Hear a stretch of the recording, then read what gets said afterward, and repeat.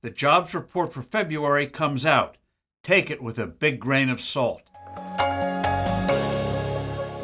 Hello, I'm Steve Forbes, and this is What's Ahead, where you get the insights you need to better navigate these turbulent times. We'll release, for a variety of reasons, most particularly the disruptions of COVID, the adjustments routinely made to these statistics are particularly unreliable.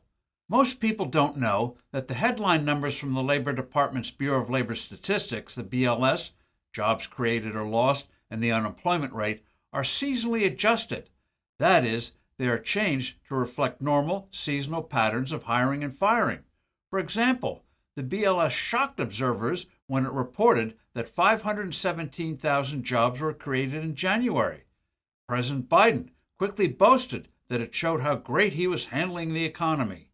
Actually, 2.5 million jobs were lost. That's right, lost in January. By the BLS's reckoning, the jobs lost should have been 3 million. Usually there's considerable hiring during the holiday season and considerable firings in January. As economist Alan Reynolds quipped, quote, "In the 60s, when I managed the main floor of a J.C. Penney store, I tried to reassure laid-off Christmas employees in January that, technically speaking, they were still employed on a seasonally adjusted basis," end quote. There's a seasonal surge of hiring in the summer. When kids go back to school, unemployment numbers take a hit.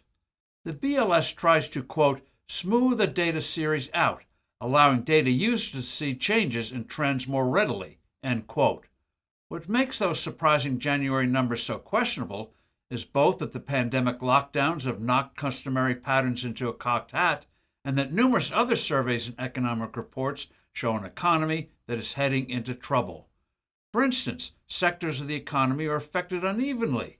Leisure and hospitality were severely whacked during the COVID crisis, while high-tech substantially increased payrolls. And consumer debt is rising as incomes fail to keep up with rising prices. The number of people working today is about 2.6 million less than before COVID struck. The labor market's unusual tightness may also be distorting BLS's usual models for seasonally adjusting the data. The problem numerous employers have been experiencing in both hiring and keeping employees is probably why many may have been reluctant to let people go after the holidays. They can't be sure they can easily hire in the spring. Thus, the seasonally adjusted monthly jobs reports may be unintentionally distorted for several months. That's why it's best for the foreseeable future to examine jobs data that is not seasonally adjusted.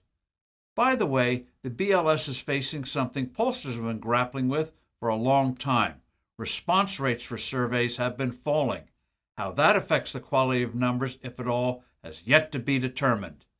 I'm Steve Forbes. Thanks for listening. Do send in your comments and suggestions. I look forward to being with you soon again.